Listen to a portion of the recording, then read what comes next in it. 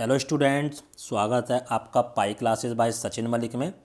आज का हमारा टॉपिक क्लास 9th के लिए वर्कशीट नंबर 70। ठीक है, chapter 4 linear equation in two variable. ये कौन कौन सी वर्कशीट का रिवीजन है? 15 टू लेकर 18 तक ये हमारी 4 वर्कशीट का रिवीजन है और चैप्टर 4 है ये हमारा। देखो पहला क्वेश्चन क्या कहता है, which of the following is not a linear equation. Linear equation हमारी कौन सी होती थी?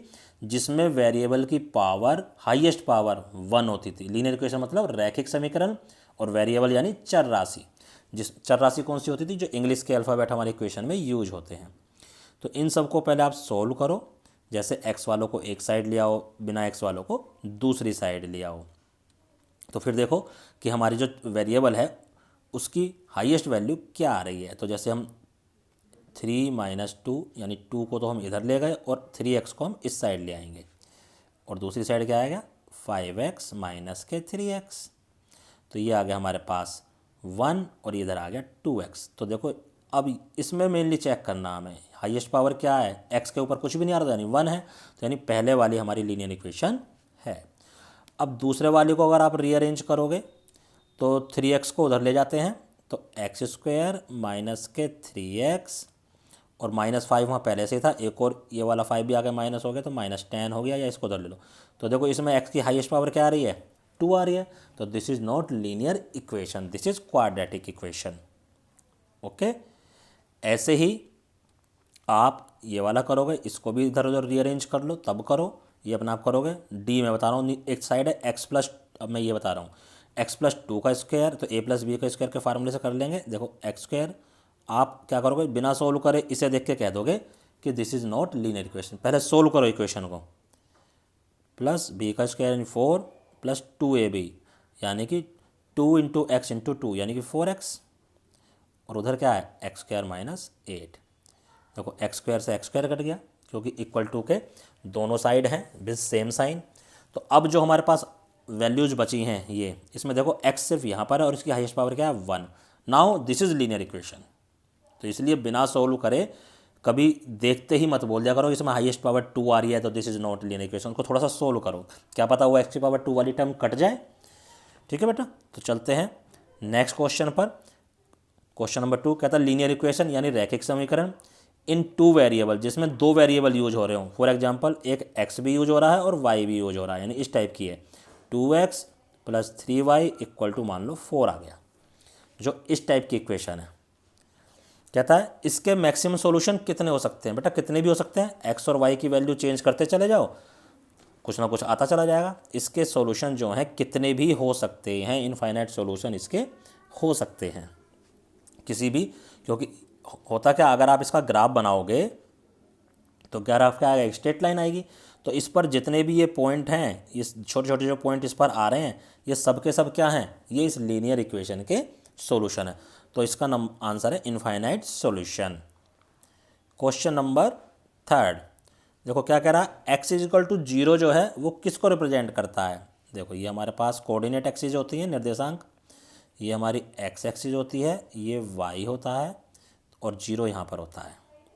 तो ये जो लाइन है देखो, ये वाली कौन सी? y वाली। ठीक है, ये जो हमारी लाइन है y वाली, जो लाइन है हमारे पास ये वाली, इस लाइन पर x की वैल्यू 0 होती है। कहीं भी चेक कर लेना, यहाँ भी 0, यहाँ भी 0, हर पॉइंट पर इसकी वैल्यू 0 होती है।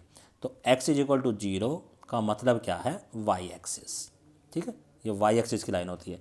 ऐसे अगर x एक्सिस की पूछे तो उसकी क्या बनेगी? y = 0।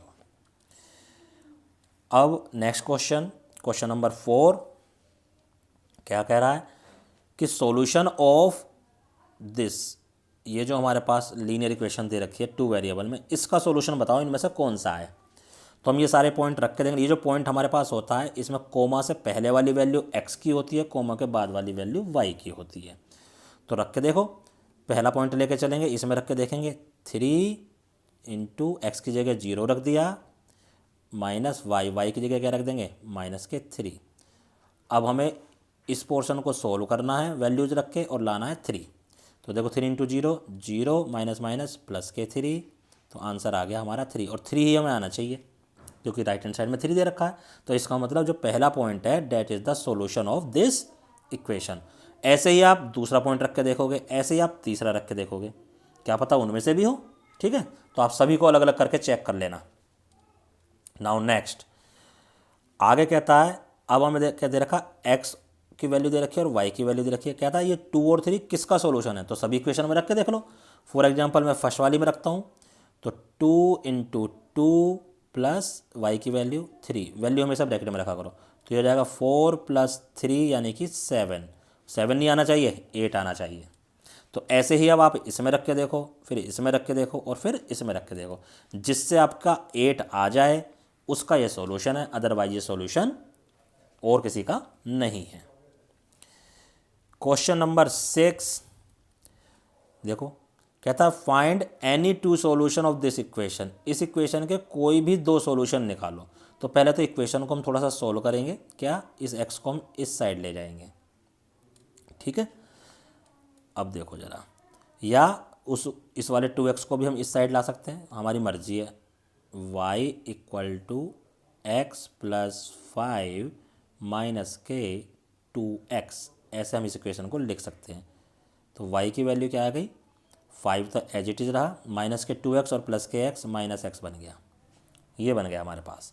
चलो जी, अब इसके कोई भी 2 सॉल्यूशन निकालो, x और y, इस तरह से टेबल में निकाल देंगे। ये जो x है, इस x की वैल्यू रखते जाओ, y की वैल्यू आती है। x की वैल्यू अगर हमने यहाँ 0 रखी तो 5 में से 0 माइनस करेंगे तो 5 आ गई y की वैल्यू, तो एक सॉल्यूशन ये आ गया। x की वैल्यू अगर 1 रखोगे तो 5 - 1 क्या आ जाएगा, 4। x की वैल्यू अगर आप 2 रखोगे तो 5 - 2 यानी कि 3, y की वैल्यू क्या बन गई, 3। ये तो मैंने ज़्यादा करके दिखा दिया, आप कितने भी सॉल्यूशन इस तरह से निकाल सकते हो। ठीक है बच्चों, अब आगे क्या कहता है इसी क्वेश्चन में, क्या 3 2 भी इसका सॉल्यूशन है, यानी x की वैल्यू 3 और y की वैल्यू 2। तो रख के देखो, x की वैल्यू मैं 3 रख लेता हूँ यहाँ पे, तो y की वैल्यू क्या आ जाएगी, 2 आ जाएगी। Yes, it is a solution. यहाँ से हमने करके दिखा दिया, इसी टेबल में इसको बना देना, 3 2 रख के दिखा देना। तो yes, 3 2 is a solution of the equation. Now question number 7 कहता 5 2 जो है इस इक्वेशन के ग्राफ पर लाई करता है, तो ये की वैल्यू याद करो। अगर ये इस इक्वेशन के ग्राफ पर लाई करता है तो ये इसका सॉल्यूशन है। सॉल्यूशन है तो ये इसको सेटिस्फाई भी करेगा। कहने का मतलब ये है कि इसमें x और y की प्लेस पर हम 5 और 2 रख सकते हैं। रखो जी, के x की जगह पर हम 5 रखेंगे, इक्वेशन को लिख लेना, और y की जगह पर हम क्या रखेंगे, y की जगह पर हम 2 रखेंगे, क्योंकि हमें पॉइंट दे रखा है ये इस पर लाई करता है। लाई करने का मतलब ये इसका सॉल्यूशन है। तो 10k ये बन गया। तो अब ये इक्वेशन बन गई 5k + k 10 और उधर 10k। अब इसको उस साइड ले जाओ, k वाले एक साइड, तो देखो इधर आ गया 10 और उधर क्या आ गया, 10k - 5k 10, ये आ गया 5k। इसको हम डिवाइड कर देंगे इधर जाके, तो k की वैल्यू क्या आ जाएगी हमारे पास, k की वैल्यू आ जाएगी 2। तो इस टाइप से हम k की वैल्यू फाइंड आउट कर सकते हैं। ठीक है, तो चलिए अब नेक्स्ट क्वेश्चन करते हैं। क्वेश्चन नंबर 8 कहता draw the graph of this 2y - x = 7, और पूछ रहा है क्या जो 3 और 2 है वो भी इसका सॉल्यूशन है या नहीं। जैसे ऊपर करा था ना वैसा ही है। तो बस इसमें हमें करना क्या है, हमें इसका ग्राफ भी बनाना है। चलिए मैं बना के दिखाता हूँ, थोड़ा सा ऊपर ले आते हैं। 2y - x = 7 था हमारे पास, क्या थी लाइन, 2y - x = 7। ठीक है, ये था हमारे पास। तो इसको हम इस टाइप से लिख सकते हैं, 2y 7 + x। ठीक है, और y की वैल्यू क्या आ जाएगी, 7 + x/2। ये रिलेशन बन गया। अब वही हम टेबल बनाएंगे, x/y। सबसे पहले क्या रखेंगे, यहाँ पर हम x की वैल्यू ऐसी रखेंगे कि ऊपर ऐड करके इवन नंबर बने, क्योंकि इवन नंबर 2 से हमारा कट हो जाता। तो 7 में अगर मैं 1 ऐड करूँगा तो 8 हो जाएगा, यानी x की वैल्यू हम 1 रख सकते हैं। तो x की वैल्यू आपने रखी 1, तो ऊपर हो गया 7 + 1 यानी 8, 8 को नीचे वाले 2 से डिवाइड करेंगे तो क्या आ गया, 4 आ गया। अब x की वैल्यू, अब क्या करें, 2 रखेंगे तो 9 हो जाएगा, 9 मत रखो क्योंकि पॉइंट में आ जाएगा। अगर हम 3 रखते हैं यहाँ पर, x की वैल्यू अगर हम 3 रखते हैं तो 7 में ऐड करा 10, 10 को 2 से करा डिवाइड, क्या आ गया, तो हमने क्या रखी थी, 3 रखी थी, और जब 10 को 2 से डिवाइड करेंगे तो 5 आ गया। चलो एक पॉइंट और ले लेते हैं, यानी कि हमें ऊपर ओड वैल्यू रखनी है क्योंकि 2 ओड वैल्यू ऐड होके क्या आ जाते हैं, इवन। अब 5 रख दो, ठीक है, 5 में 7 ऐड करा 12, 12 को 2 से डिवाइड कर देंगे 6। तो ये हमारे पास पॉइंट आ गए हैं और सारे प्लस के ही पॉइंट हैं, तो हम कोऑर्डिनेट एक्सिस बना लेंगे इस टाइप से, this is our x, this is our y, और ये y डैश, और ये हमारा इधर का x डैश। तो देखो x के लिए 1 हो गया, ये 2 हो गया, ये 3 हो गया, ये 4 हो गया और ये 5 हो गया। ऐसे ही y पे ले लो, 1 2 3 4 5 एंड 6। तो पहला पॉइंट है 1 4, यानी x की वैल्यू 1 और y की वैल्यू 4, तो कौन सा पॉइंट आएगा, ये वाला। फिर 3 पर क्या है, 5, तो कौन सा पॉइंट आएगा, ये वाला। 5 पर क्या है, 6, तो कौन सा पॉइंट आएगा, ये वाला, इधर वाला, ठीक है। अब इन तीनों को मिला दो तो this is the line of the graph. इतना तो कर लोगे, चलो जी ये तो हो जाएगा। अब आगे आगे आगे क्या पूछ रहा था, ये पूछ रहा है कि 3 और 2 क्या इसका सॉल्यूशन है, भाई इसमें रख के देख लो, चलो रख के देखते हैं। 2 × 2 में 2 और माइनस के 3, 4 माइनस के 3 यानी कि 1, आना चाहिए 7, नहीं, ये इसका सॉल्यूशन नहीं है। तो ये हमारा क्वेश्चन यही कंप्लीट। आइए क्वेश्चन नंबर 9 इसका फर्स्ट पार्ट करते हैं। कहता है इसको सोल्व करो।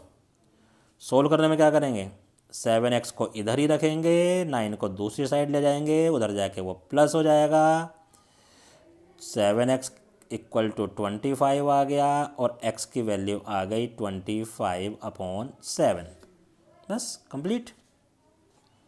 नेक्स्ट, वैसे ये क्वेश्चन आपको अपने आप करने चाहिए, तो ऐसे इसमें करेंगे, ये 5/2 को इस साइड ले आएंगे, y/2 को यहीं रखेंगे, तो उधर -3/2 है, 5/2 भी उधर जाके माइनस के हो गया, दोनों ही माइनस के तो ऐड हो जाएंगे, -8/2 आ गया, 2 से इसको काट दिया 4, ऐड क्यों हो गए, क्योंकि दोनों का डिनोमिनेटर सेम था। अब इस ये आ गया y/2 = -4, इसको इधर ले जाओ, ये मल्टीप्लाई हो जाएगा तो y की वैल्यू क्या आ जाएगी, -8। तो इस तरह से ये वाला क्वेश्चन भी कंप्लीट। नाउ इस क्वेश्चन को करते हैं हम क्वेश्चन नंबर 10। देखो क्या कहता है, सारिका डिस्ट्रीब्यूट, सारिका चॉकलेट बांटती है किसी बच्चे के बर्थडे पर, she gives 5 chocolate to each child, हर बच्चे को वो 5 चॉकलेट देती है, ध्यान देखना, एंड 20 चॉकलेट टू एडल्ट्स, और जो भी वहाँ पे एडल्ट्स हैं, जितने भी एडल्ट्स हैं, एक को नहीं, जितने भी वहाँ एडल्ट्स हैं उन सबको 20 चॉकलेट देती है। तो यहाँ पर पढ़ने में कन्फ्यूजन हो सकता है कि 5 chocolate each child and 20 chocolate to each adult, कई बार हम जल्दी में ऐसा पढ़ लेते हैं, ऐसा नहीं है, वो टोटल 20 चॉकलेट एडल्ट्स को देती है। नंबर ऑफ चिल्ड्रन है हमारे पास, नंबर ऑफ चिल्ड्रन है x, तो हर बच्चे को कितना दे रही है, 5 चॉकलेट, तो सभी x बच्चों को कितनी चॉकलेट जाएंगी, 5x, प्लस 20 चॉकलेट वो बांटती है एडल्ट्स को, और ये सारी टोटल बन गई हमारे पास y, ठीक है। तो 5, देखो हर बच्चे को 5 बांटी, तो x बच्चों को कितनी हो जाएंगी, 5x, प्लस 20 चॉकलेट्स उसने एडल्ट्स में बांटी, तो ये सारी चॉकलेट हो गई हमारी y = y। According to question करके देख देना, ऊपर लिख देना अकॉर्डिंग टू क्वेश्चन, बाकी कुछ नहीं लिखना, सीधा ये रिलेशन बना के दिखा देना, 5x + 20 = y, ये बन गया। तो ये हमारे पास रिलेशन इसका आ गया, यानी जो हमारे को लीनियर इक्वेशन बनाने का था।